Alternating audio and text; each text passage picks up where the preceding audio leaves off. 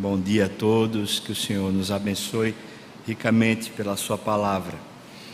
Há alguns dias atrás a gente começou a exposição do livro de Amós, o livro do profeta Amós, e se Deus me der graça, eu espero concluí-la hoje, nessa manhã. Por isso eu queria convidar você a abrir sua Bíblia no livro do profeta Amós.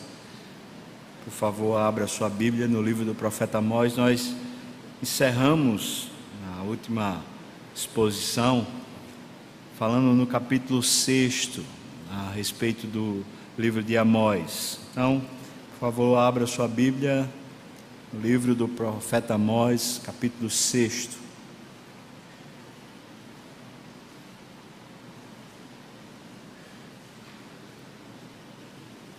Eu queria dar as boas-vindas a todos os cursilistas, os homens que participaram desse último final de semana, de um momento muito encantador, especial. Fomos renovados, mexidos pelo amor do Senhor. Sejam muito bem-vindos aqui, esse lugar que tem sido usado para cultuar, celebrar o nome do Senhor. A gente tem chamado de casa de oração, de templo. Portanto, é um lugar muito especial para você congregar com toda a igreja. Seja muito bem-vindo. Você também que não fez cursilho, mas está nos visitando, receba o nosso abraço. É um carinho é uma alegria poder receber você. Amós, capítulo 6. Nós vamos ler a partir do versículo 8. Diz assim: Jurou o Senhor Deus por si mesmo, o Senhor Deus dos exércitos, e disse: abomino a soberba de Jacó e odeio os seus castelos, e abandonarei a cidade e tudo que nela há. Se numa casa ficarem 10 homens, também esses morrerão. Se porém um parente chegado, o qual os há de queimar, toma os cadáveres para os levar para fora da casa, e diz ao que estiver no mais interior: haverá outro contigo? E este responder: não há. Então lhe dirá: cala-te, não menciones o nome do Senhor. Pois eis que o Senhor ordena, e será destroçada em ruínas a casa grande e a pequena, feita em pedaços. Poderão correr cavalos na rocha, e lavrar-se elas com bois. No entanto, haveis tornado o juízo em veneno, e o fruto da justiça em alosna. Vós vos alegrais com Lodebar e dizeis: não é assim que por nossas próprias forças nos apoderamos de Carnaim?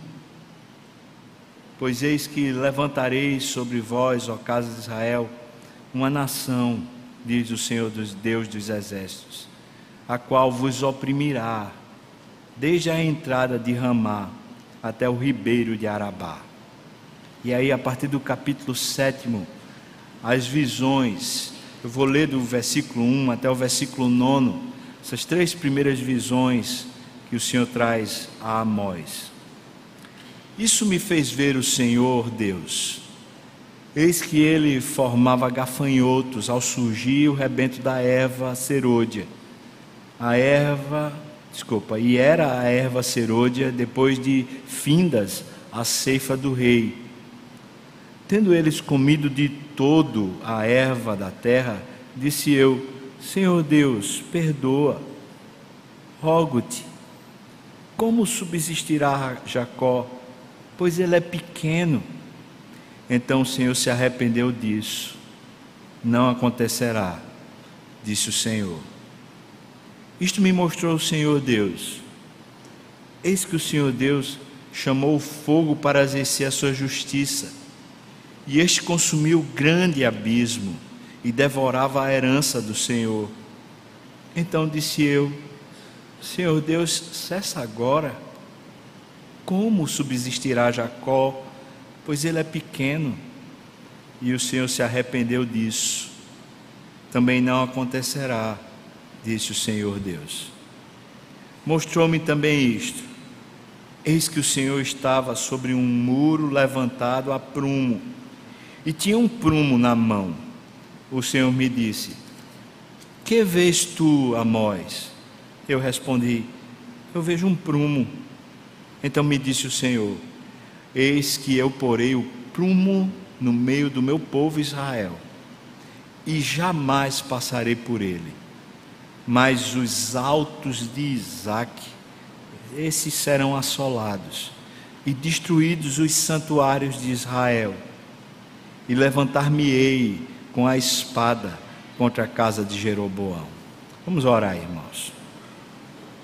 Deus, eu clamo ao Senhor misericórdia e graça, nos assista aqui, Pai.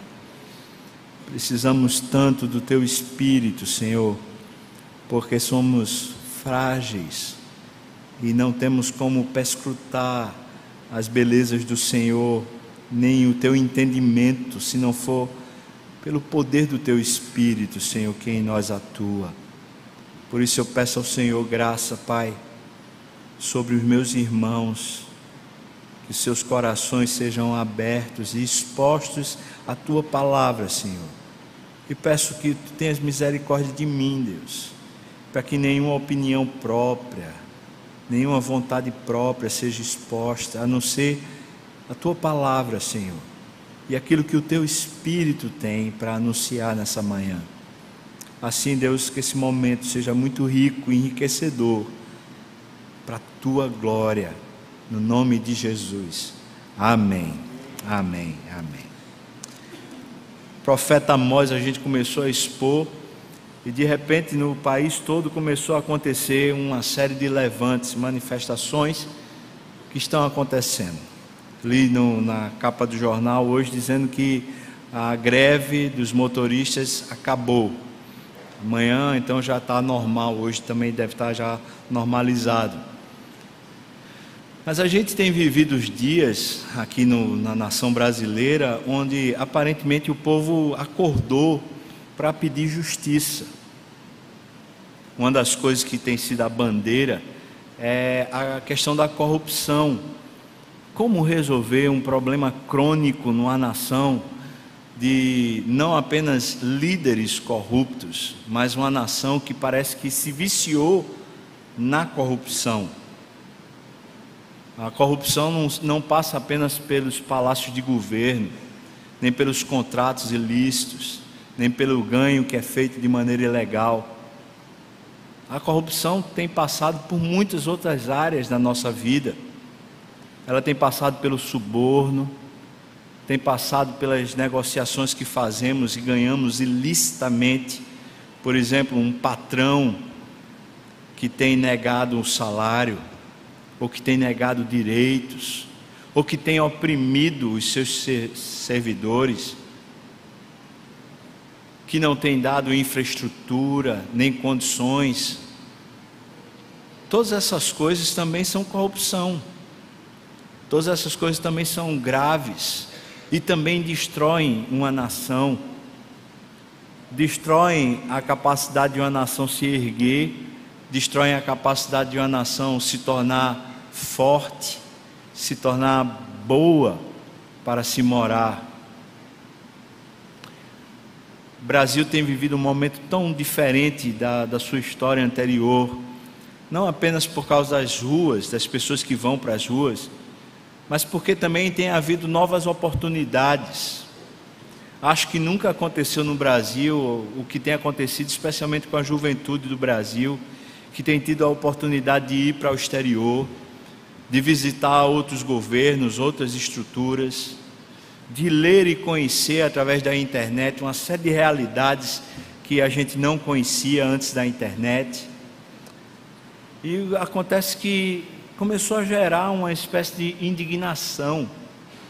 O que é feito então com os recursos que não chegam à nossa mão, ou não chegam como forma de serviço para nós? O que é feito com os recursos que deveriam de alguma maneira ajudar a gente a ter uma vida mais fácil, ou pelo menos mais digna? O que é feito dos recursos que não ajudam na infraestrutura de uma cidade feita Recife? O estado de Pernambuco é o estado que mais cresceu economicamente, em toda a União? O que é feito dos recursos que não se transformam em pistas, não se transformam em calçadas, não se transformam em esgoto, em saneamento básico, não se transformam em rede elétrica? O que é que tem sido feito de recursos que não se transformam em saúde, ou condições de saúde melhor, aperfeiçoada?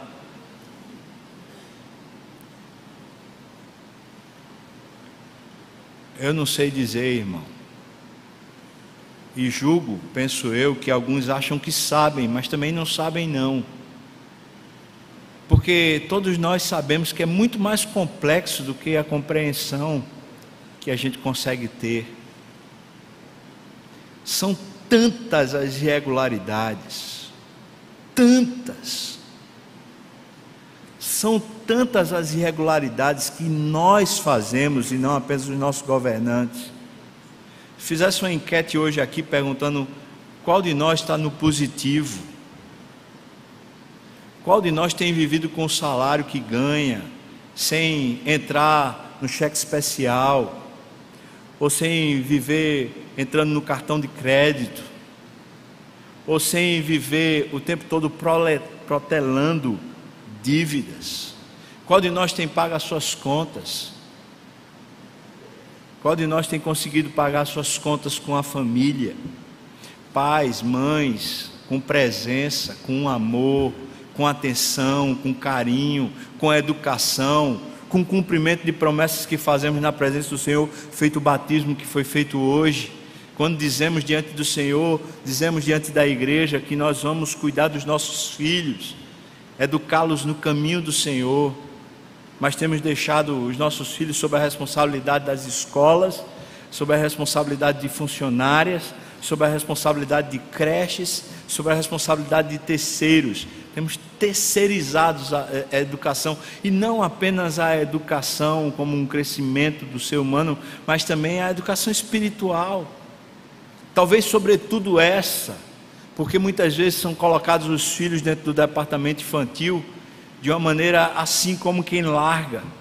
Quando se aparece uma oportunidade de uma temporada de acampamento, quando se aparece uma oportunidade de uma EBF, teremos, se Deus permitir, aqui no mês de julho, muitos pais parecem que estão sob a seguinte perspectiva: essa é uma ótima oportunidade para eu me livrar do meu filho, para deixar lá passando uma semana, deixar lá passando um tempo, para eu ter finalmente sossego na minha casa. É muito mais grave, porque não é uma questão apenas de liderança, é uma questão de pecado, é uma questão de como se encontra a nossa alma.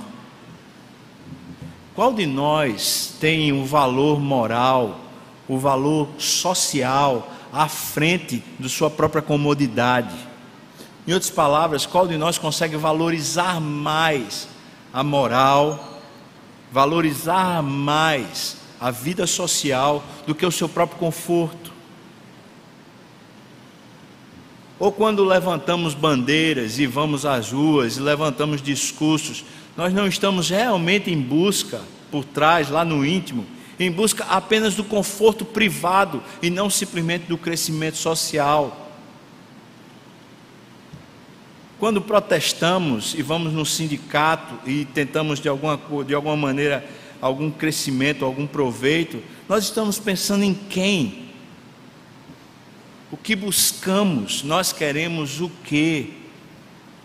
Falo para um público muito reduzido e não tenho intenção nenhuma no meu coração de falar a nenhum público que não seja a própria igreja que o Senhor tem confiado por causa de graça dele e misericórdia aos meus cuidados. É por isso que eu estou falando com você, meu irmão. Deus tem dado uma oportunidade singular a Pernambuco, a Recife. Tem dado novos recursos. Tem dado uma capacidade financeira diferenciada para muitos, inclusive muitos que estão aqui. Alguns que estão aqui são empresários. Mesmo que não sejam empresários ou comerciantes, tem pessoas assalariadas que estão debaixo dos seus cuidados. Muitos dos que estão assistindo aqui têm algum nível de liderança nas suas empresas, nas reuniões, podem se posicionar e podem levantar uma bandeira que vai além do conforto pessoal. Quando Amós escreveu o texto, ele escreveu objetivando chamar o povo de volta a Deus. Não era simplesmente para que as coisas ficassem bonitas esteticamente ou ficassem confortáveis para a nação. Aí eu quero retomar o que a gente tem falado no livro de Amós. Nos dias que Amós foi levantado pelo Senhor lá do meio da boiada para ser um profeta na nação que não era sua, porque nessa época o reino estava dividido e Amós pertencia ao reino do sul, e Deus levantou Amós para falar ao reino do norte. Amós deveria falar a Israel e não a Judá. E enquanto Amós está levantando sua voz e está proclamando a destruição iminente que Deus dizia que aconteceria sobre essa nação Israel, a intenção que estava no coração de Deus e portanto no coração do profeta não era simplesmente que o povo tivesse conforto, porque naqueles dias havia muita riqueza em Israel. O estado econômico de Israel era muito bom naqueles dias. Além de haver muita fartura no campo, as colheitas serem muito nobres, o gado está muito gordo, a bacia leiteira está muito boa, além da carne que tinha para todo lugar, eles também tinham tantos recursos que eles chegavam a começar a fazer aquele princípio do evangelho da prosperidade. As pessoas iam para os cultos levando ofertas, porque elas queriam alguma coisa de Deus em troca. Talvez elas quisessem algum benefício. Por exemplo, vamos pensar no estado de hoje, alguém que estava querendo uma casa própria. Eu já vi uma campanha dessas por aí hoje no Brasil, numa dessas igrejas aí, dizendo assim: traga o seu aluguel. Se você entregar o seu aluguel como oferta ao Senhor, traga ele integralmente e Deus vai lhe dar uma casa própria. Creio eu que nos dias que Amós estava vivendo em Israel, acontecia coisa semelhante. As pessoas traziam recursos, dinheiro, donativo, mas elas não estavam interessadas em adorar a Deus, porque não havia contemplação de Deus, não se curvavam diante de Deus, não diziam a Deus: Tu és o meu Deus, por isso eu confio no Senhor. Mas elas estavam tão ávidas por um conforto maior, por uma conquista pessoal, estavam tão necessitadas de ter uma vida, entre aspas, melhor, que elas estavam negociando com Deus e usavam a moeda que tivessem. Então, se tivessem recursos financeiros, econômicos, eles usavam exatamente isso para tentar adquirir seus benefícios. Mas se tivessem algum outro tipo de barganha que pudesse ser feito, assim eles faziam. Por exemplo, os sacerdotes naquela época, os profetas daquela época, com exceção de A e de B e C, eles também eram reféns desse mesmo sistema. E apesar deles fazerem todos os ritos e todas as coisas dos cultos como deveria ser, eles faziam os sacrifícios, eles faziam as oblações, eles faziam as festas religiosas nas datas precisas e da maneira precisa. No entanto, eles tinham conchavo com os ricos, eles tinham conchavos com os reis, e portanto eles não ousavam falar de maneira clara contra a atitude dos ricos e contra a atitude dos reis. E por causa desse conchavo maligno, Deus também estava contra os sacerdotes e também contra os profetas. O estado religioso da nação era extremamente corrupto. Israel, desde essa época, aprendeu de uma maneira muito maligna a ter uma religião muito politizada, uma religião que era de calar a boca, porque precisava calar a boca de algumas coisas, simplesmente para favorecimento ilícito de pessoas que deveriam estar sendo corrigidas e disciplinadas.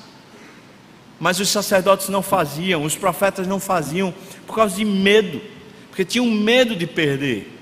Isaías, que foi contemporâneo de Amós, por exemplo, Isaías fazia parte da família real. Isaías era um frequentador dos templos, mas também era um frequentador dos palácios.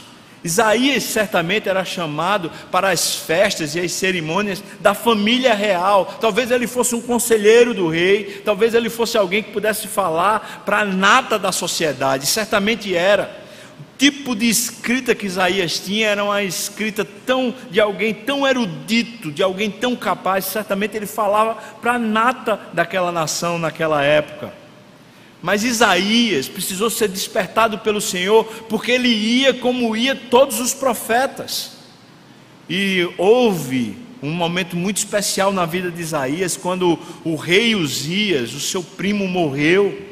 E no ano da morte do rei Uzias, quando ele estava passando por uma depressão, e aparentemente ele não sabia o que fazer da sua vida, então ele entrou no templo do Senhor para buscar o Senhor, e naquele dia houve uma visitação especial do Senhor no templo, e ele disse: meus olhos viram o Senhor. E na hora que ele percebeu o Senhor e a grandeza do Senhor, então ele se quedou e disse: a minha boca é impura.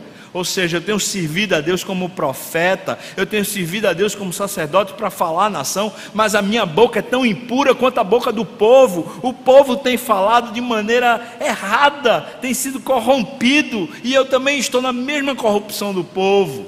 E Deus cuidou de Isaías, pegou com uma tenaz, uma brasa do altar e tocou nos lábios de Isaías. Eu quero que você entenda que queimou a boca de Isaías. Assim como a nossa boca precisa ser queimada pelo Senhor, por causa da maneira como nós lidamos com as nossas palavras, pela maneira como nós lidamos com os nossos negócios, com os nossos contratos, com os nossos tratos feitos. Tocou na boca de Isaías e queimou os lábios de Isaías. E depois que isso aconteceu, Deus fez uma convocação a Isaías e disse: eu estou interessado em restaurar essa terra. Essa terra aqui é como se fosse um pedaço de pau fumegante. Eu quero restaurar, eu quero renovar essa terra. Quem há de ir por mim? Quem vai como sendo eu? Isaías diz: pode contar comigo, Senhor, eis-me aqui, envia-me a mim. E aquilo foi uma renovação do chamado de Isaías, porque naqueles dias os profetas e os sacerdotes e o estado religioso era corrompido tanto quanto a nação era corrompida. Aparentemente não havia distinção entre o tipo de negociação que acontecia lá nos bastidores do governo e o tipo de negociação que havia nos bastidores da religião. Só a graça e a misericórdia do Senhor continuando a ser exercida por Deus, para que a nação não fosse de todo destruída. Mas Deus estava levantando profetas, e Amós era aparentemente um acidente de percurso. Amós era boieiro. Significa que Amós não tinha, como ele mesmo diz: eu não fiz escola de profeta, eu não participei de curso teológico, eu não tenho nada desses negócios, eu não tenho nada, eu sou do meio do povo, na verdade eu cuido de boi. Mas justamente por causa desse coração simples, mas cheio de temor do Senhor, Deus chamou ele de lá, pegou ele, pinçou ele e disse: agora você vai e vai falar para a nação. E Amós então está falando para a nação. Ele não está de maneira nenhuma negociando, porque as palavras estão vindo da parte de Deus. E o que Deus tem falado através de Amós é: nação, povo que é chamado pelo meu nome, povo de Deus, por favor, volte para mim. Se eu pudesse resumir tudo o que há no livro de Amós, eu diria que Amós é só isso. Povo, meu povo, povo de Deus, volte-se para Deus. Esqueça essa vida que você quer, que é conquistada por qualquer meio que seja, simplesmente para ter mais conforto, para ter mais para si mesmo. Esqueça essa vida, abandone-se a mim, largue essa corrupção, essa sensualidade dos sentidos que você tem dado a você mesmo. Largue essa negociação da sua alma, de se vender, de se deixar levar por sistemas malignos, abandonando o Senhor. Volte-se para mim. Amós é uma convocação, volte-se para mim. Eu percebo claramente no livro de Amós, por todo o livro de Amós, 3 maneiras de Deus fazer esse convite ao povo de volta. Logo no começo, quando ele fala das nações, fala dos povos, Deus se anuncia, diz quem é o grande Deus, o Deus de toda a terra, e você vai ver capítulo por capítulo no livro de Amós exatamente isso, Deus dizendo quem Ele é, a sua grandeza, a sua realeza, a sua majestade sobre toda a terra e não apenas sobre Israel. Então Deus se revelará, por causa dessa sua majestade e grandeza, Deus se revelará num trato duro, conforme a obra de cada um. Aquilo que o homem plantar, isso ele vai ceifar. Se tem ceifado, ou melhor, se tem plantado negociações, abandono do Senhor, uma alma improdutiva diante do Senhor, uma alma que negligencia as coisas de Deus, vai colher uma sequidão espiritual, vai colher uma indiferença no espírito, vai colher uma alma totalmente mundanizada, secularizada, sem conseguir ter graça nos olhos, sem conseguir ter amor por Deus, vai colher uma alma profundamente impiedosa ou ímpia. Depois, segunda maneira de Deus tratar é Deus vai se revelar, atraindo através de convocações, de chamados. A gente vai encontrar várias vezes no capítulo 4, Deus chamando, dizendo, olha, vai acontecer coisas duras. E então ele diz, vocês não se converteram.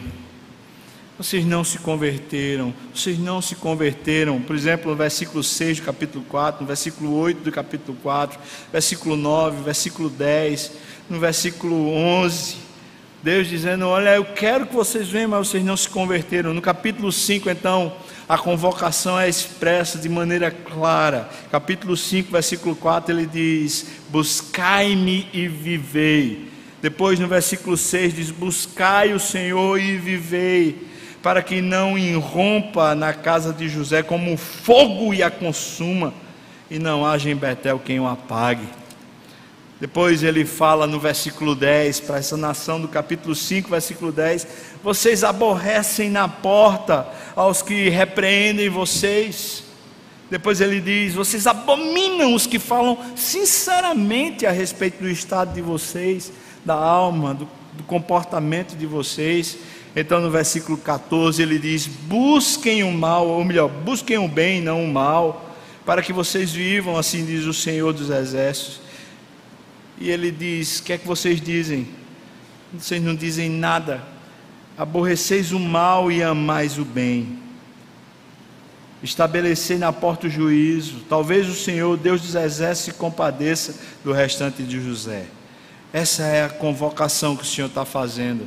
Mas a terceira maneira de Deus se revelar e se apresentar ao povo é mostrando um pouco do seu próprio coração, do coração de Deus. E aqui eu quero fazer uma breve distinção para não perder tempo. Eu tenho 10 minutos para concluir o meu sermão. Quando Deus mostra visões para Amós, Deus está revelando sua intimidade. A Bíblia diz que é a intimidade do Senhor para aqueles que o buscam. Ele dará a conhecer a sua aliança para quem busca Ele. Quando Deus está abrindo os olhos de Amós, Deus não está abrindo os olhos do povo. Quando Amós está conseguindo ver o que ele vê, está sendo revelado para Amós o coração de Deus. Eu quero que você entenda isso, irmão.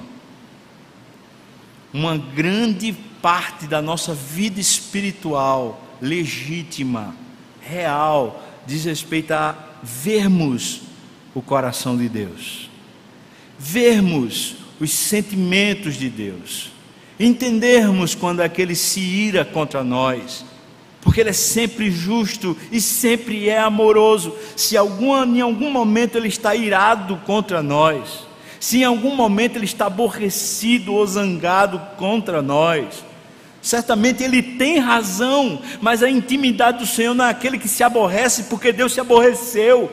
A intimidade do Senhor não é para aqueles que simplesmente acham que Deus tem que ser o tempo todo bonzinho, ponha entre aspas, bem grande. Porque a intimidade do Senhor é para aquele que consegue olhar para o coração de Deus, para ver as razões de Deus, para ver os propósitos de Deus, para enxergar muito além de simplesmente das questões da própria vida. Porque eu e você sofremos privações. Pode ser rico do jeito que for, pode ser grande do jeito que for, pode ser prodígio, no entanto sofremos privações. Nós somos seres pequenos demais.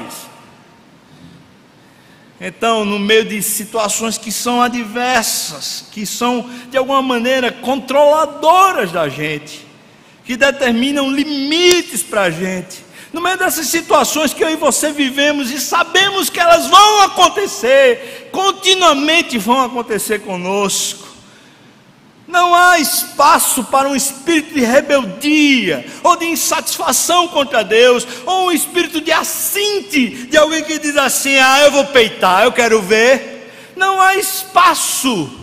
Na relação com Deus há espaço para se curvar, se quebrantar e olhar atentamente: Deus, o que se passa no teu coração? As visões que Deus está dando a Amós, é como se Deus pegasse Amós, porque se Amós quer Deus, mais do que quer justiça social, mais do que quer um novo Estado em Israel, Amós quer Deus de verdade. É por isso que ele pode dizer: buscai-me e vivei, porque Amós busca Deus. Deus pegou Amós e disse: espera aí, deixa eu mostrar a você como é que está meu coração. Então vem as visões. No capítulo 7, você vê as duas primeiras visões que Deus apresenta a Amós. Veja Amós falando com o coração de Deus. Eu acho isso tremendo. Isso é gente que tem um relacionamento verdadeiro com Deus. Primeiro ele diz, o Senhor disse: eu vou mandar gafanhoto e vai destruir. E tem mais, só vai destruir depois que a colheita for feita, a colheita do rei. Significa o seguinte, para você entender: naqueles dias, as primícias, a melhor parte da colheita era tirada e era dada ao rei, e dada aos servos do rei, e era dado aos animais do rei. Você entendeu o que eu falei? Não. A melhor parte da colheita, da sua colheita, colheita pessoal, do seu campo, a melhor parte era dada ao rei, para o rei comer, para os criados do rei comerem, e para os animais do rei comerem. Depois vinha a segunda. Essa segunda parte era que era servida ao povo. E Deus está dizendo assim, na visão, está mostrando o coração dele a Amós: a primeira ceifa vai ser tirada e vai ser servida, mas a segunda, quem não vai deixar servir sou eu. Em outras palavras, o que Deus está dizendo é: vai vir um tempo de aperto. Eu vou deixar de abençoar com fartura. Vocês pensam que os poderosos vão cair? Vão não, os reis vão estar lá, eles vão continuar se banhando nos recursos, mas vão sofrer essa privação, porque os recursos vão ficar escassos. E aí Amós diz, veja o que é que Amós diz, como é lindo no versículo 2 do capítulo 7: Senhor Deus, perdoa, rogo-te. Eu acho isso lindo, irmão. Sabe o que aconteceu aqui? Amós viu o coração de Deus, e o pedido de Amós a Deus é: Senhor, exerce perdão, por favor. Não tem condição, não tem condição. Aí o versículo 3 diz: então o Senhor se arrependeu. Se eu não vou fazer isso não. Depois, capítulo 7, versículo 4, 5 e 6, vem a segunda visão. Na segunda visão, é um fogo que vai consumir. Diz aqui que era para consumir até o grande abismo. Ele está falando de uma sentença de punição gravíssima. Eu vou detonar. Talvez aqui fosse uma espécie de peste que estava para assolar. Ou talvez a ideia seja de um exército que vem e que vem queimando tudo e destruindo tudo, tudo como juízo de Deus. Aí o versículo 5 diz: Senhor Deus, cessa agora. Mais uma vez Amós viu o coração de Deus, e Amós então responde ao coração de Deus: cessa agora. Como é que Jacó vai subsistir? Ele é pequeno, Deus. Nós somos pequenos, Deus. Nós somos frágeis. Como é que a gente vai subsistir a tua ira? E aí o Senhor se arrependeu. Deus disse: eu não vou fazer mais isso não. Deus estava mostrando o coração a Amós. Amós não disse para Deus: o Senhor não tem razão. Amós só disse para Deus: a gente é pequeno demais, Senhor. Se o Senhor exercer esse tipo de juízo que o Senhor está com ele nas mãos para fazer, quem é que vai subsistir? Vai destruir tudo de uma vez só. Agora eu pergunto para você, irmão: qual foi a última vez na nossa vida espiritual que a gente olhou para um Deus que estava irado por causa do nosso pecado? Qual foi a última vez que a gente viu os dissabores dessa terra, as crises dessa terra, os problemas crônicos dessa terra? Qual foi a última vez que a gente viu essas situações e a gente conseguiu ver através das situações o coração de Deus? Qual foi a última vez que o coração de Deus se revelou a nós? Se faz muito tempo que o coração de Deus está privado para nós, que ele está fechado, que ele está cerrado, eu quero dizer para você: é porque não buscamos ao Senhor, a intimidade do Senhor. Para aqueles que o buscam, Ele dará a conhecer a sua aliança. E aí no versículo 7 até o versículo 9, você encontra a terceira visão. Essa é uma visão de um prumo, um muro que foi erguido com prumo, e depois ele vê Deus em cima do muro com um prumo, e ele vê um grande prumo, e Deus disse: eu estou pondo um prumo na nação. Essa é uma visitação a respeito da idolatria que havia no povo. Um muro que era penso, um muro que não é confiável, um muro que é rachado, penso, que está de alguma maneira para cair.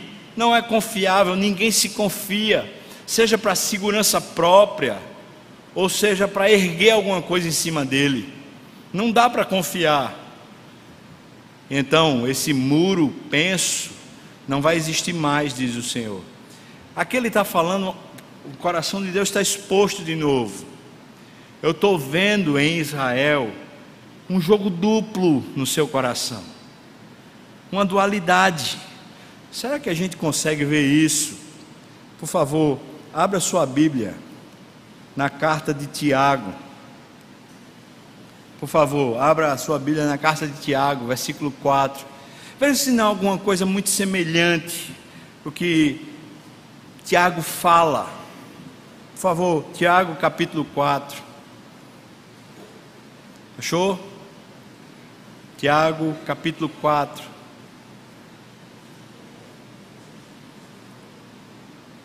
A visão de um prumo. Deus disse: eu vou pôr um prumo nesse povo. Agora veja o capítulo 4 de Tiago, a partir do primeiro versículo diz: de onde procedem guerras e contendas que há entre vós? Ou seja, as brigas que existem, os litígios, as questões, as fofocas, aqueles negócios que estão tomando o coração, de onde procedem? De onde, senão dos prazeres que militam na vossa carne? Não sou eu que estou gerando, diz o Senhor. Versículo 2 diz: cobiçais e nada tendes, matais e invejais e nada podeis obter, viveis a lutar e a fazer guerras, nada tendes porque não pedis. Ou seja, o coração de vocês está acreditando na força do braço de vocês. O coração de vocês está acreditando no potencial de vocês. É por isso que vocês guerreiam. É por isso que vocês estão o tempo todo duelando com a vida.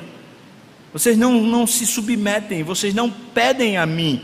Aí diz: mas há aqueles que pedem, versículo 3 diz: pedis e não recebeis, sabe por quê? Porque vocês pedem mal. Por quê? Pedem para esbanjar nos seus prazeres, ou seja, pede para conforto próprio, não pede para crescer espiritualmente, não pede para estar com Deus, não pede para que a justiça e o reino de Deus cresça, pede apenas para conforto próprio, para os seus próprios prazeres. Quando levanta-se as orações, as reuniões de orações, as buscas por Deus, não é busca para que o reino de Deus cresça, para que a vontade de Deus se estabeleça, para que eu e você sejamos desafiados por Deus a uma vida santa de integridade. Mas quando se busca a Deus, se levanta as orações, é simplesmente para ter uma vida de maior prazer, maior conforto sobre a terra. Aí ele diz, versículo 4, se é esse o estado que se encontra no coração, versículo 4 diz: infiéis, não compreendeis que a amizade do mundo é inimiga de Deus? Esse é o muro penso, amizade do mundo. Quero que você entenda isso, irmão. Deus não é íntimo de quem é amigo do mundo. Quando você cede a esses sistemas malignos de corrupção, para ter algum benefício pessoal, para ter mais riqueza, para ter mais poder, quando você cede, quando você se deixa enveredar no seu coração por um tipo de corrupção, que é muito sutil, mas que está deixando você a ver Deus de longe, quando consegue ver, isso é amizade do mundo. Infiéis, não compreendeis que a amizade do mundo é inimizade, ou é inimiga de Deus. Aquele, pois, que quiser ser amigo do mundo, preste bem atenção, aquele, pois, que quiser ser amigo do mundo, constitui-se o quê?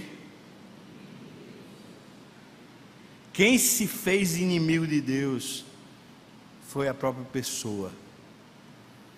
Quem quiser ser amigo do mundo, constitui-se inimigo de Deus. Aí veja, eu consigo ver claramente o espírito do livro de Amós aqui, versículo 5. Ou supondes que em vão afirma a Escritura, é com ciúmes que por nós anseia o Espírito que Ele fez habitar em nós. Ele está falando de crente que foi selado pelo Espírito Santo, mas está sendo amigo do mundo, infiel com Deus, não tem prazer em Deus, não tem prazer nas coisas de Deus, não tem prazer em entregar a sua vida e a sua casa e os seus recursos a Deus, antes está agindo como qualquer homem sem Deus, cheio de maracutaia, cheio de licitude, cheio de todo tipo de tranqueira, cheio de suborno, cheio de negação fiscal, cheio de sonegação, cheio de bronca para todo lado, infiel. O que adianta ir à rua? Eu não sou contra, pelo contrário, eu vibrei quando eu vi o povo ir na rua. Eu não sou contra, mas se a gente vai à rua, eu e você somos de uma pátria superior. Nós não vamos simplesmente para pedir ou para fazer alguma coisa para benefício próprio.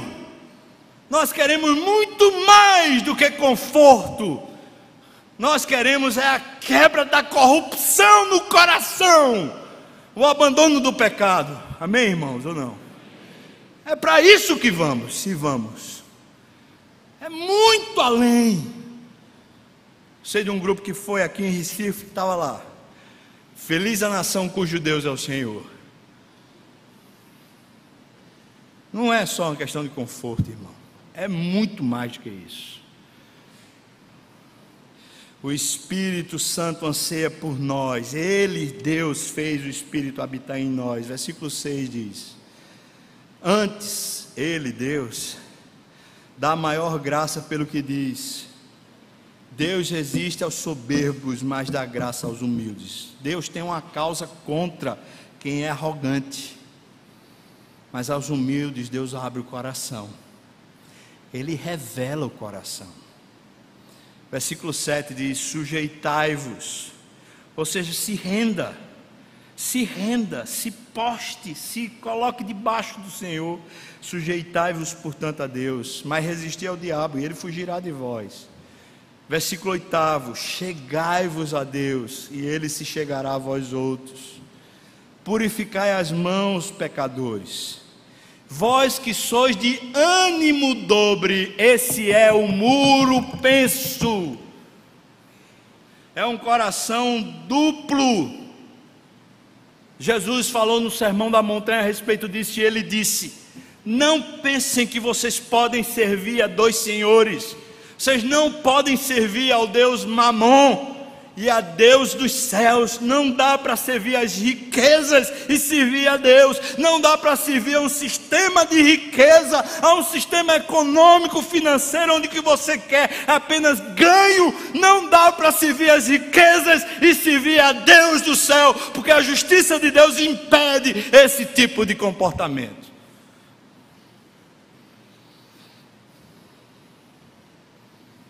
Purificai as mãos, pecadores, e vós que sois de ânimo dobre, limpai o coração. Afligi-vos, lamentai e chorai. Converta-se o vosso riso em pranto e a vossa alegria entre tristeza. Humilhai-vos na presença do Senhor e Ele vos exaltará.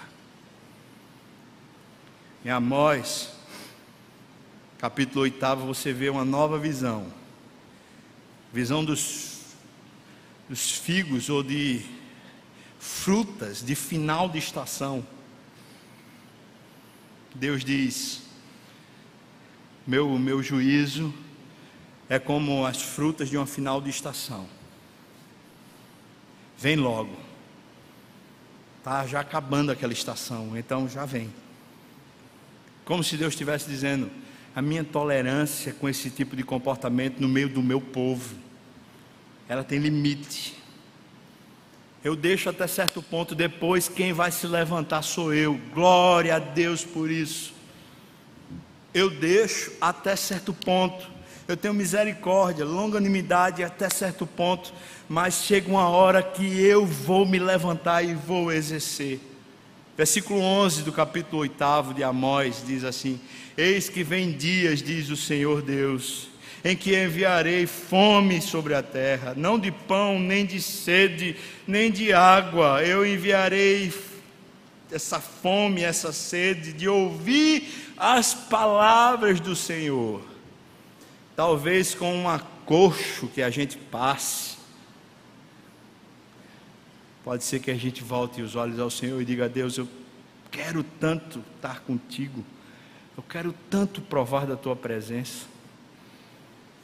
No capítulo 9, Deus mais uma vez dá outra visão a Amós. Mais uma vez Ele abre o coração para Amós, e Ele fala sobre um terremoto que viria, um terremoto que abalaria a terra, e abalaria o reino do norte.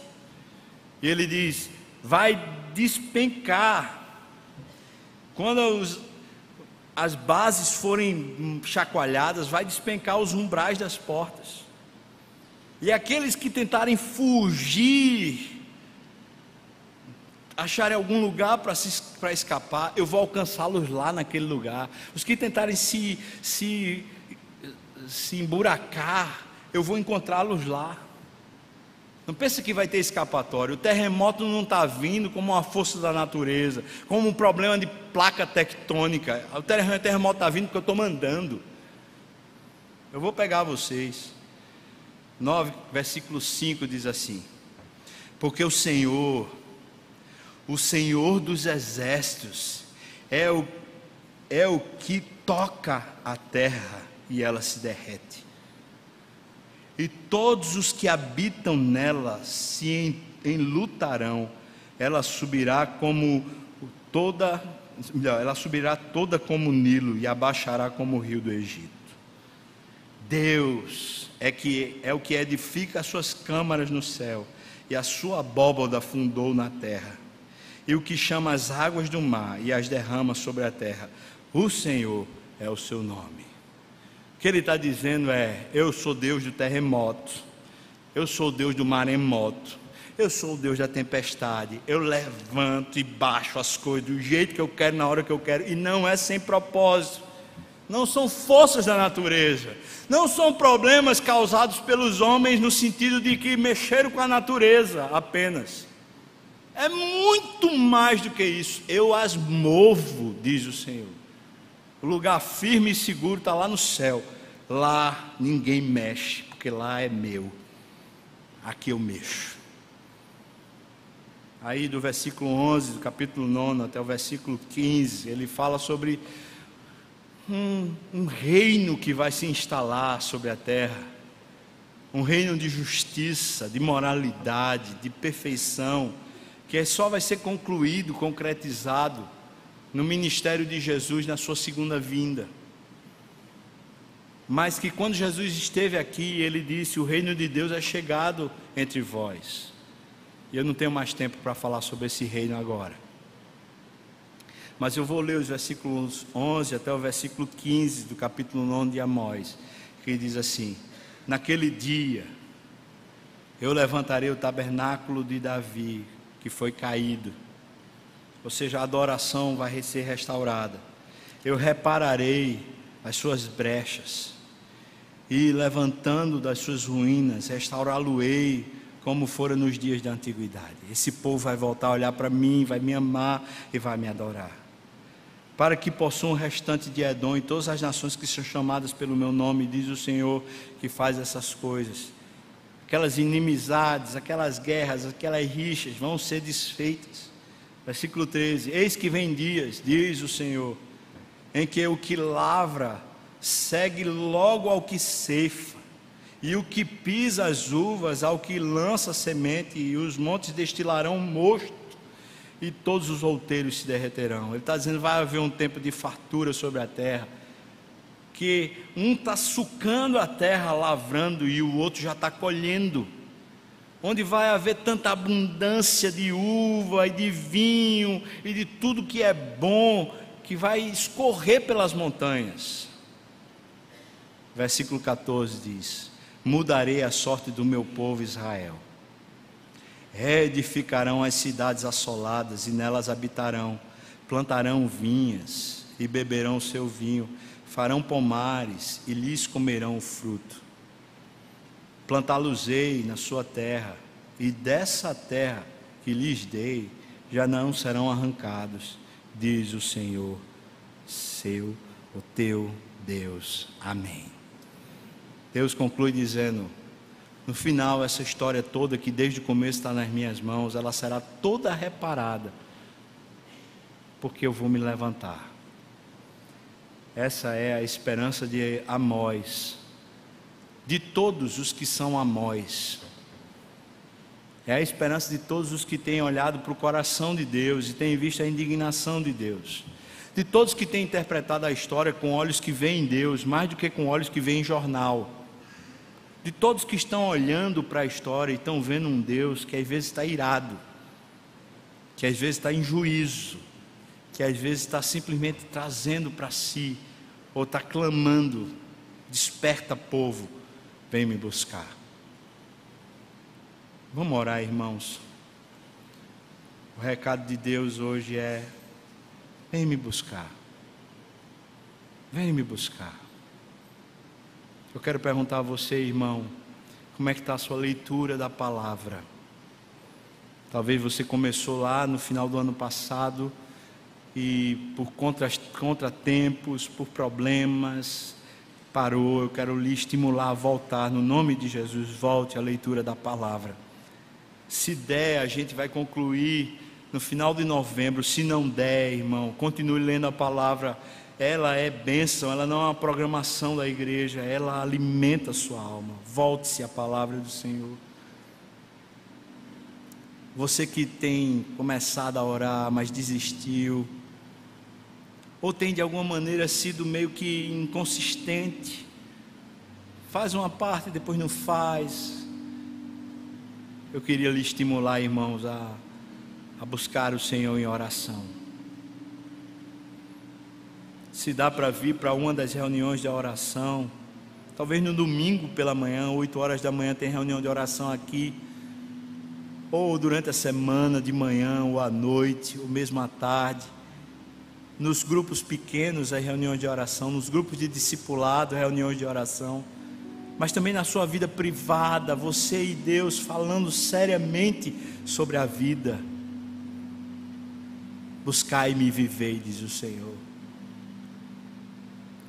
Quero lhe estimular, irmão, a buscar o Senhor, buscar de coração o Senhor, não apenas para ter conforto, para ter uma vida com prazer, mas muito mais do que isso, para que a justiça e o reino de Deus cresça sobre a terra, para que o seu domínio se estenda e aumente mais e mais.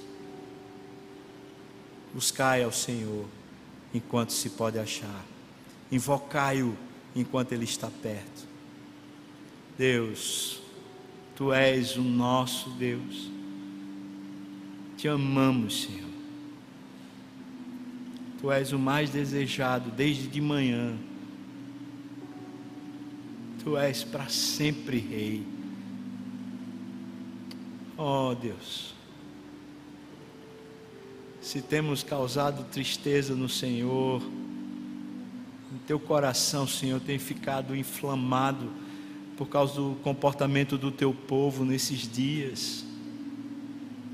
Ó Senhor, perdoa. Ó Senhor, não traga o juízo que o Senhor precisa trazer. Tenha misericórdia de nós, Senhor. Mas, Senhor, nos traga para Ti, Pai. Põe um prumo no nosso coração.